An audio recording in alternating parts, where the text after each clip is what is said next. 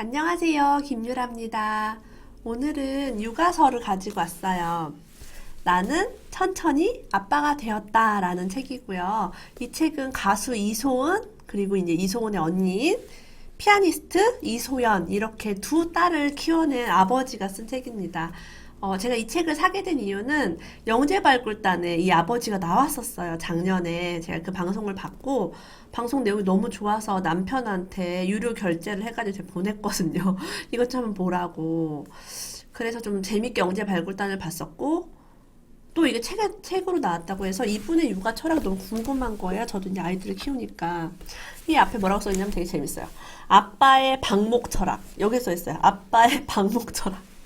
그래서 자기는 한 게 없다, 방목했다라고 얘기를 하고 있는데 정말 교육법 특별해요. 그리고 이 표지에 이렇게 나와 있어요. 아빠는 너의 전부를 사랑하지 네가 잘할 때만 사랑하는 게 아니야. 이게 이 두 딸을 정말 이렇게 유능한 사람으로 키운 거예요. 가수이자 법조인 이소은. 이소은 씨는 아시겠지만 미국의 로스쿨 들어가서 지금 변호사로 활동을 하고 있어요. 딸들이 자유롭고 당당하게 살아갈 수 있도록 내면의 힘을 키워준 국민 아빠라고 합니다. 한번 읽어볼까요? 가수 이소은에 대해서 잠깐 설명할까요? 혹시 모르시는 분 있을 수 있어요. 지금은 가수를 하고 있지 않으니까. 저 중고등학교 때 이제 가수를 했었고, 저보다 나이가 비슷한 걸로 알고 있어요. 한두 살 많은가? 그렇고, 김동률이랑은 기적이라는 노래를 불렀어요. 나 그대의 눈을 바라보면 모든 게 꿈인 것 같아요. 이 노래. 잘 부르나요? 그래서 어쨌든 그 가수 제가 김동률 좋아하니까 김동률이 이소은이랑 이제 듀엣을 불렀고, 이 이후에 또 욕심쟁이라고 그 욕심쟁이랑 또 듀엣을 했었어요. 그리고 가수 이승환이랑도 했었나? 그 이승환 드림 팩토리에서 이제 이소은이 데뷔를 했고, 곧 여고생 가수, 막 순수한 가수로서 되게 유명했었죠.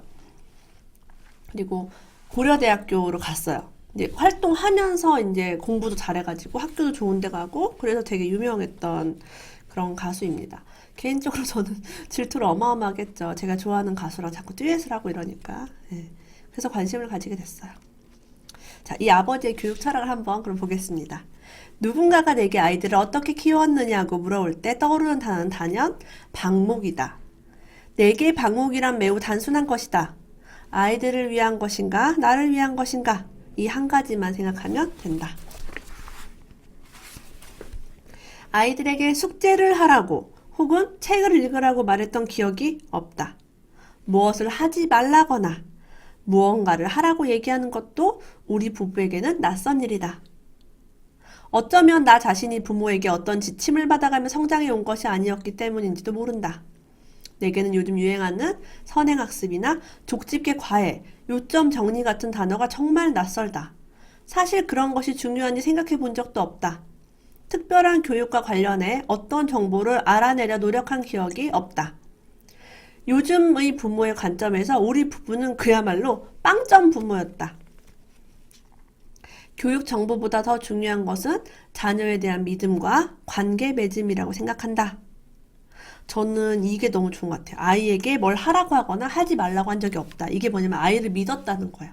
너는 아무것도 안 해도 괜찮아 라는 메시지를 부모님이 계속 주니까 아이가 어때요? 나 아무것도 안 해도 괜찮네? 그럼 뭐만 생각하게 될까요?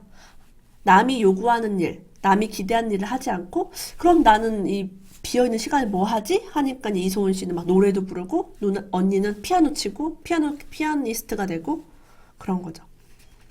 자, 부모가 만약에요, 나는 부족해 라는 메시지를 가지고 있다거나, 아이를 통해서 너는 부족해 라는 그런 메시지를 가지고 있다면, 이렇게 말할 거예요.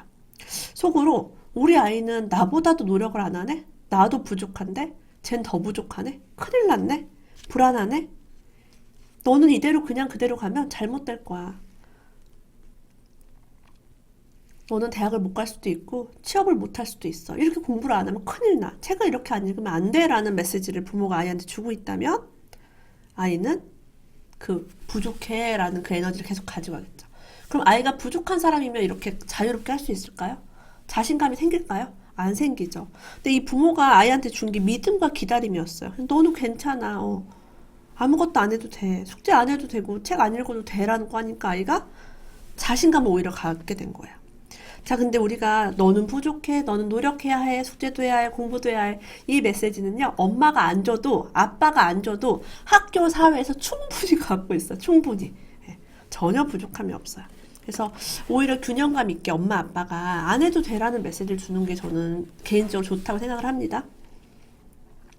어느 날은요, 너무 이제 엄마, 아빠가 방목을 키우니까 소연이 첫째가 시험지를 이제 선생님이 주면서 엄마한테 도장을 받아와라고 했대요. 근데 한 번도 도장을 받아간 적이 없었대요. 어느 날 이웃집 엄마랑 얘기하다가 우리 아이는 항상 도장을 받아가는데 시험지 못 받냐고 이런 말을 했대요. 너무 놀래가지고 가방을 뒤져보니까 시험지가 있었어요. 근데 시험지에 도장이 이미 찍혀 있는 거예요. 봤더니 아빠 책상 서랍에 있는 도장으로 직접 찍었다고 말했대요, 아이가. 이때 아이가 몇 살이었냐면 초등학교 한 저학년 때였던 것 같아요. 그래가지고 근데 그때 이제 아내가 큰 숨을 쉬고 이렇게 아이한테 얘기했대요. 소연아, 엄마가 미안해. 다음부터 엄마가 도장 찍어줄게. 소연이가 엄마 목까지 다 했구나.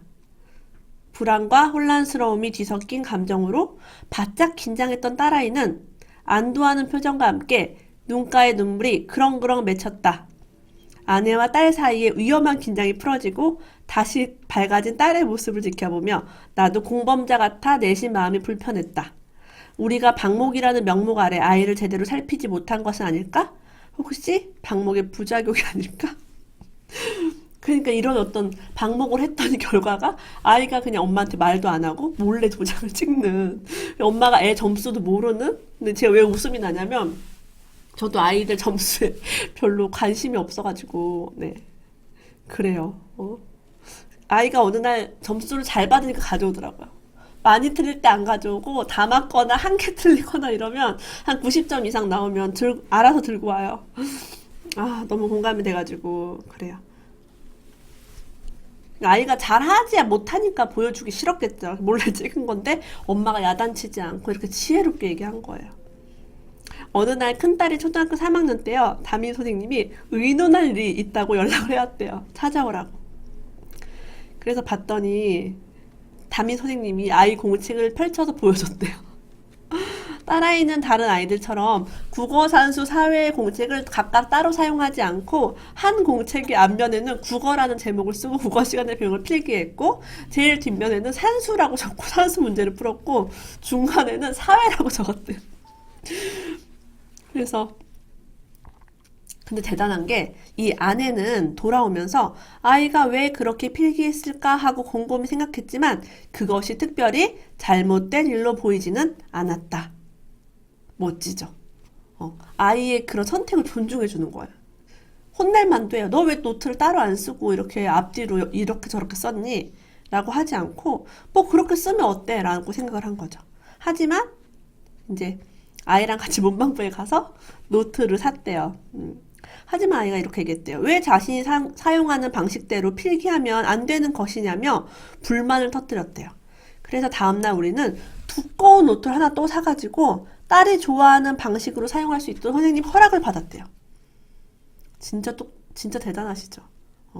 너무 얇은 노트를 한 게 아니라 더 두꺼운 걸 사가지고 아마 중간중간에 이렇게 견출지 같은 걸 붙여서 여러 과목을 한 번에 쓸 수 있는 노트를 만들었나 봐요. 그래서 이렇게 엄마가 자식을 믿어주는 거 너무 멋진 것 같아요. 많이 배웠어요. 나는 항상 아이들에게 규제 없는 자유로움을 주고 싶어 했다. 부모가 자신을 믿고 있음을 아이가 느끼면 설령 길에서 벗어나더라도 다시 제자리로 되돌아온다. 이러한 일탈은 인생 전체적으로 볼 때 그다지 마이너스 요소가 아니다. 때론 그 경험이 오히려 아이를 성장하게 하는 기회로 작용한다. 그 큰딸에게 아빠는 이란 중간에 딸이 쓴 편지가 있어요. 거기에 이렇게 있어. 소연아, 이건 안 돼. 왜 그렇게 했어? 나는 아빠에게 이런 말을 들은 기억이 없다. 아빠는 명령어나 지시어를 사용하지 않는다. 소연아, 연습해야지. 공부해라. 라는 말 역시 들은 적이 없다. 무엇을 강요하지 않을 뿐 아니라 한 번도 내가 하는 일이나 행동에 대해 비난의 말을 한 적이 없다. 항상 칭찬만 해주셨대요. 아까 말한 것처럼 노트를 그렇게 엉뚱하게 쓰더라도 도장을 몰래 찍어도 야단치지 않았어요. 아이가 컵을 깨트리면 아내가 이렇게 말했대요. 와, 새 것을 살 기회가 생겼네? 정말 대단한 것 같아, 진짜. 하면서 별일 아니라는 듯이 말한대요. 아이의 실수를 꼬집는다고 깨진 컵이 원형을 되찾는 것도 아닌데 마음까지 다치게 할 필요가 어디 있는가? 그 아이의 마음을 다치게 할 필요가 없다는 거예요. 그리고 아이는 다 알아요. 자기가 잘못한 거. 저는 이때 이렇게 말하죠. 안 다쳤어? 이렇게 많이 말했던 것 같아요. 이분이 원래 군인이었어, 이 아버지가. 내가 사관학교 연병장에서 딸이 노는 것을 지켜보며 부른 노래를 딸이 실로폰으로 연주하다니 그저 놀라운 따름이었다. 딸아이는 실로폰으로 성에 차지 않았는지 동네 피아노 교실에 가서 레슨을 받기 시작했다. 그러니까 첫째가 아주 어렸을 때 일송정 푸른 소른 이 노래 선구자 이 노래를 불렀는데 이 아이가 막 집에 오더니 실로폰으로 막 그 음을 쳤다는 거예요. 그래서 정말 놀라웠대요. 피아니스트가 된 거죠. 재능이 있는 거 살려준 거예요. 자, 아빠의 과제 5가지라는 걸 정해놓고 지키려고 노력했대요. 첫째, 아이들이 잘못하거나 실수한 것을 강조하기보다 발생한 문제를 어떻게 해결할 것인가에 초점을 둔다. 아빠가 이런 자세를 보여주면 삶을 대하는 아이들의 태도가 긍정적으로 변한다. 둘째, 아이가 좋은 성적을 받아오면 좋은 성적 자체만 칭찬하지 말고 그 노력을 더 많이 칭찬한다. 셋째, 아이의 실패를 의연히 받아들인다. 넷째, 아이들의 호기심을 격려해 그 범위를 넓혀줌으로써 더 많은 기회를 얻게 한다. 어른이 앞을 가로막지만 않으면 아이들의 호기심은 무궁하게 솟아오른다. 다섯째, 아이가 무언가를 성취했을 때 아무리 작은 것이라도 가족 모두가 나서서 함께 충분히 기뻐해준다. 이게 아버지의 5가지 과제라고 합니다. 이분이 유학을 갔어요. 이 아버지가 가족과 함께 유학을 갔는데 굉장히 힘들게 갔대요. 돈이 없어서 막 돈을 빌려서 통장 잔고를 인증하고 그렇게 미국을 가야만 했던 그런 급박한 그런 사건들이 있었어요. 1988년 12월 말 나는 38살의 나이에 유학이라는 단순한 목표 하나만 들고 덜컥 낯선 곳으로 향했다. 지나고 나니 나 자신뿐 아니라 가족의 안정과 미래를 인질로 무모한 도박을 한 느낌이다. 두 딸이 언어도 통하지 않고 모습까지 다른 아이들 틈에서 하루를 보낼 생각을 하니 순간 내가 아이들에게 무슨 짓을 한 것인가 하는 생각에 가슴이 미어졌다. 아니나 다를까 몇 주 후에 학교에서 부모 면담을 요청했다. 선생님은 딸이 학교에서 말이 없을 뿐 아니라 전혀 반응도 보이지 않는다며 이 사실을 부모가 알고 있는지 혹은 미리 학교에 알리지 않은 아이의 문제가 있는지 물었다. 뭐 귀가 안 들린다거나 말을 못한다거나 이런 걸 의미하는 거야. 아이가 뭐 장애가 있거나. 그러니까 얼마나 충격을 받았겠어요. 아이가 반응이 없으니까. 학교에서 말도 없고 반응도 없고. 그래서 엄청 힘들었대요. 문화적 충격으로 인해서 아이가 언어 발달 장애라도 오면 어쩌지 싶었대요. 그래가지고 그날부터 아이는 아내와 함께 영어 수업에 들어갔어요. 그리고 교장 선생님이 다른 대학에 도움을 요청하는 공문을 보냈고 그 내용을 벽보에 붙여두었대요. 우리 학교에 영어를 한마디도 하지 못하는 한국에서 온 2명의 학생이 있습니다. 영어를 가르쳐줄 자원봉사자를 구합니다. 정말 대단하신 교장 선생님이에요. 그죠? 수업을 전혀 따라가지 못하니까. 말도 안 하고. 나중에 그래서 금방 영어를 잘할 수 있게 됐대요. 6개월이 걸렸다고 나왔나요? 그 말이 트이는 데까지. 너무너무 잘했대요. 친구들과 너무 잘 놀고 그때부터. 유학 생활에서 나는 크게 2가지 교훈을 얻었다. 하나는 몰입에는 에너지 낭비가 거의 없다는 점이다. 정신은 수면과 상관없이 집중할 수 있고 에너지가 고갈되지 않아 피곤이 느껴지지 않는다. 다른 하나는 몰입과 집중이 내적 공간을 확대한다는 점이다. 내적 공간이 확대되면 외부에서 오는 충격을 완화할 수 있다. 저도 완전 동감합니다. 몰입을 하게 되면 잠을 안 자도 괜찮아요. 안 피곤해요. 에너지가 들어가는 게 아니기 때문에. 드디어 나오네요. 6개월 만에 이제 말을 하게 되는 딸아이의 이야기가 나옵니다. 이게 웬일인가? 딸아이는 캔더스와 거의 같은 속도와 억양으로 영어를 구사하고 있었다. 우리는 동시에 딸의 입만 쳐다보았고 지난 반년 동안 침묵이 끝났음을 알았다. 그렇게 딸의 말문이 트였다. 근데 이때까지 기다려준 거죠, 아이를. 뭐라고 하지 않고. 어느 날 작은 딸이 쓴 책을 보다가 부모님은 한 번도 하지 말라는 말을 하지 않았다는 구절을 보고 지난 날을 곰곰이 생각해 보았다. 우리가 하지 말라는 말을 하지 않으려고 노력한 것이 사실이다. 마음속에 저거 안 될 것 같은데 라는 말이 불쑥 올라온대요. 근데 노력을 통해서 이제 하지 않은 거죠. 글씨를 배우기 전 딸아이는 작은 카세트 플레이어에 동화 테이프를 넣고 수없이 반복해서 들었다. 그 이소은이 어렸을 때 밖에 나가는 것보다 집에서 책을 읽는 걸 좋아했대요. 대부분 공부 잘하고 똑똑한 애들은 집에 있는 거 좋아해요. 네, 나가서 돌아다니는 것보다 가만히 앉아서 책 보는 거 좋아해요. 그리고 아까 4학년에 들어간 큰딸 소연이는 아까 영어 그 되게 6개월 만에 말 트였던 소연이라는 딸은요, 공부하는 걸 되게 싫어했대요. 수학 시간에만 존재감이 있었고 나머지 과목에선 거의 그림자 취급을 받았다고 합니다.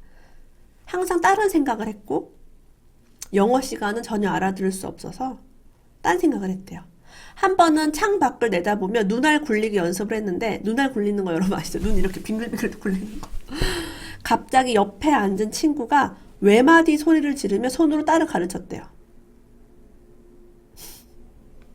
그러니까 옆에 있는 친구가 눈알을 굴리고 있으니까 얼마나 무서웠겠어요, 짝꿍이. 그래서 으악 한 거예요, 이제.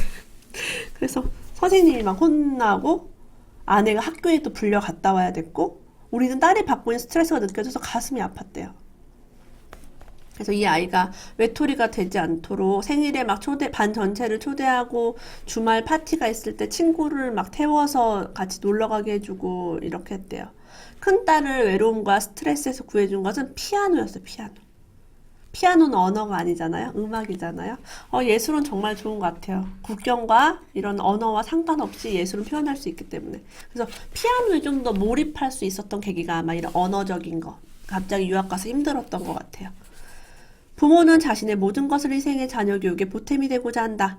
내 아내도 딸들을 키우던 처음 몇 년 동안 좋아하는 영화를 못 보거나 음악회 한번 가보지 못하고 책 한 권 제대로 읽을 시간도 내지 못했다. 작은 딸이 5살이 되어 음악회 입장이 가능해지자 아내는 딸들을 데리고 정기적으로 음악회 다니기 시작했다. 이걸 보면서 역시 조기 교육이 중요하구나. 그러니까 이제 큰딸이 피아니스트가 되고 둘째 딸은 이제 가수가 된 거죠. 음악을 이렇게 어렸을 때부터 접하니까. 내가 아이들을 지지하는 방식은 그럼 아빠가 어떻게 도와주면 될까? 라고 묻는 것이었다. 아이가 항상 하겠다고 하는 일을 도와주는 거죠. 아이가 무엇이든 하고 싶어하는 욕구를 보이는 것은 몸과 마음이 건강하다는 신호다. 예, 무엇이든이에요. 공부 말고 다른 거라도 뭘 하려고 하면 몸과 마음이 건강하다는 신호라는 거예요. 큰딸이 줄리아드에 입학해서 한 학기 정도 지났을 때 우리나라에 IMF가 터졌다. 그 당시 내 연봉은 3천만 원 정도였다. 그러니까 미국에 있다 귀국을 한 거예요, 가족들이. 큰딸만 남겨두고 다 귀국을 했어요. 이소은도 같이. 근데 3천만 원으로 돈을 대기가 힘들었죠. 우리 집 사정으로 미국 유수의 대학에 보내기란 거의 불가능해 보였다. 딸은 지도교수에게 휴학하겠다고 말했다. 지도교수 로엔탈은 거두절미하고 생활하는데 얼마가 필요하느냐고 물었다. 로엔탈 교수는 나 대신 한 학기 생활비를 지원했고 딸은 유명한 피아니스트가 되어 갚기로 했다. 우리는 최대로 절약하며 살았고 그 사실을 잘 알고 있던 딸들은 각자의 노력과 시간을 낭비하지 않았다. 나는 가끔씩 이런 생각을 한다. 당시 큰딸에게 금전적으로 전폭적인 지원을 해주었다면 딸이 더 큰 음악적 성취를 이루었을까? 결과적으로 결핍이 딸들 삶의 밑거름이 되었고 정신적 근육을 만들어 주었다고 믿는다. 저는 사실 이소은이 외국에 살다 와서 영어도 굉장히 잘했고 좋은 대학에 들어가고 또 가수도 막 하고 그런 것들을 보면서 굉장히 이제 많은 질투를 했어요. 질투를 했는데 부잣집 딸이구나라고 생각했거든요. 돈이 많으니까 유학도 갔다 오고 돈이 많으니까 저렇게 음악을 하면서 막 과외도 엄청 많이 받았나 보다. 대학도 잘 가고. 그러니까 잘 모르면서 시기 질투를 엄청나게 했어요. 근데 이걸 보니까 정말 힘들게 살았다. 미국에서도 가난하게 살고 한국에 와서도 부유하게 살지를 못했다는 걸 제가 보면서 아, 내가 겉만 보고 너무 시기 질투했구나 하고 미안한 마음이 들더라고요. 이 책을 읽기 전에 진짜 계속 수십년을 질투하며 살았어요.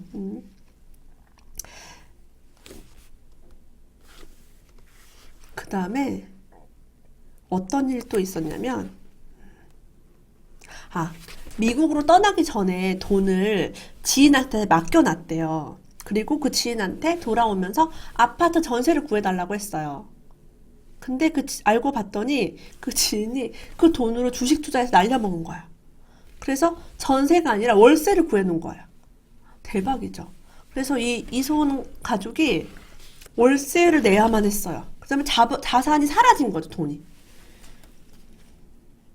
근데 그 지인한테 맡긴 이유는 지인이 이제 돈을 좀 불려주겠다고 했나 봐요. 맡기라고 이제 권유했나 봐요. 네가 갔다 오는 동안 내가 돈을 불려주겠다, 조금이라도. 그래가지고 돌아왔는데 이제 그런 일이 생겼어요. 아내와 상의해 큰 딸에게는 알리지 않기로 하고 작은 딸에게는 설명을 하자고 결론을 냈다. 우리는 초등학교 6학년 딸에게 우리가 처한 상황을 최대한 담담하게 설명하고 이해시키려 했다. 아이들이란 얼마나 순수하고 명쾌한지 대답은 간결했다. 엄마, 아빠, 지나간 것은 돌아오지 않아. 나는 엄마, 아빠를 믿어. 우리는 견뎌낼 수 있어. 라고 했어요. 그리고 가족에게 이제 이 사실을 알리고 나니 한결 마음이 가벼웠대요. 나는 계속해서 교수 초빙의 서류를 보냈으나 이번 기회는 모시지 못해 죄송합니다 라는 응답을 들었대요. 그러니까 교수가 되려고 유학을 갔다 왔는데 집은 그렇게 돼서 이제 월세를 살게 되었고 교수 초빙이 쉽게 되지 않은 거죠. 그 돈이 너무 없으니까 국책연구원으로 방향을 바꾸어서 연구원이 됐어요. 너무 마음이 아프죠. 예. 만약에 돈이 있었다면 교수가 될 때까지 조금 기다렸을 수도 있겠다 생각이 들어요. 큰딸은 그로부터 2년이 지난 후에야 집안 사정을 알게 되었다. 딸은 울먹이며 애써 말을 아꼈지만 단호한 결심이 느껴졌고 고등학교부터 대학까지 줄곧 우수한 성적으로 학교를 마쳤다. 우리는 절약을 습관화했는데 조금 적게 먹고 적게 소비하는 소위 미니멀 라이프를 저절로 시작한 셈이었다. 아내는 지금까지도 이 삶의 방식이 자연과 인간에게 득이 된다는 생각으로 살아가고 있다. 너무 멋지죠? 그렇게 힘든 와중에도. 어느 날 가수 겸 작곡가인 윤상 씨에게 전화가 왔다. 우리 가족은 그가 활동하던 시기에 한국에 있지 않아 유명한 그를 알지 못했다. 얼떨떨해하는 내게 그는 자신을 간단히 가수 윤상입니다 라고 소개한 뒤 작은 딸의 음악과 관련해 만나 상의하고 싶다고 했다. 아내가 딸과 함께 윤상 씨를 만나러 가기로 약속을 했다. 딸은 여러 기획사 중에서 가장 마음이 편한 곳을 선택했다며 드림 팩토리에서 가수 윤상, 이승환 씨와 함께 앨범 작업에 착수했다. 그러니까 EBS 청소년 창작가요제에서 그 상을 탄 거예요. 그래서 이제 러브콜을 받았고 이승환의 드림 팩토리에서 그 당시에 이제 앨범이 나왔었죠.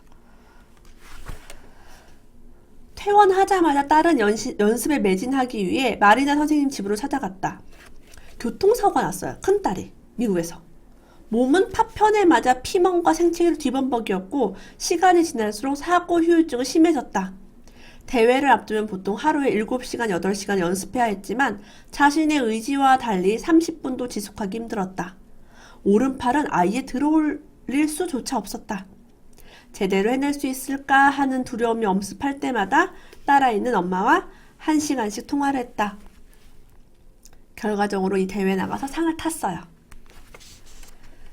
아이러니하게도 교통사고를 겪고 참가한 대회에서는 사고 후유증으로 몸과 마음이 불안전해서 그런지 무대 공포증이 사라져 오로지 연주에만 몰입할 수 있었다. 사람의 두뇌는 정말 경이롭다. 큰 충격과 위험을 경험하면 그 다음에 오는 사소한 두려움에는 반응하지 않나 보다. 그래서 상처를 많이 받으면 조그만 상처에는 좀 무덤덤해지는 것도 있고 큰일을 겪으면 작은 일에 덤덤해질 수 있죠. 자녀와 좋은 관계를 유지하기 위해서는 아빠와 엄마는 내 이야기를 들을 준비가 되어 있는 사람이라는 확신을 주어야 한다. 더는 이야기가 통하지 않는다고 생각하는 순간 아이들은 부모를 향해 열어두었던 마음의 문을 닫고 열쇠까지 채워버린다. 그래서 저도 아이들에게 내 이야기를 잘 들어주는 엄마라는 이미지를 갖고 싶어요. 네. 1집 활동을 마치고 2집을 준비하던 작은 딸이 주말에 사무실로 나가려 하는 내게 울었다. 아빠, 오늘도 연구소에 나가? 나 오늘 녹음 없는데. 아빠 따라서 공부하고 싶은데 괜찮아? 하고 딸과 함께 사무실에 가서 공부도 하고 책도 보고 그랬다고 합니다. 진짜 친구 같은 아빠, 모든 말을 다 들어주는 아빠, 한 번도 안 돼, 하지마 라는 말을 하지 않는 진짜 이상적인 아빠죠. 이 아빠가 정말 아이들을 천재로 키운 것 같아요. 그래서 이 책 읽으면서 나도 더욱더 하지 마라 해라 이런 말 하지 말아야겠다 라는 생각을 해보게 됩니다. 가수 이소은, 피아니스트 이소연을 키운 아버지의 책, 그 영재 발굴단에서 나온 이후로 책이 발간된 것 같아요. 이 책을 꼭 한번 읽어보시길 추천합니다. 오늘도 영상 끝까지 봐주셔서 대단히 감사합니다. 다음에 또 만나요.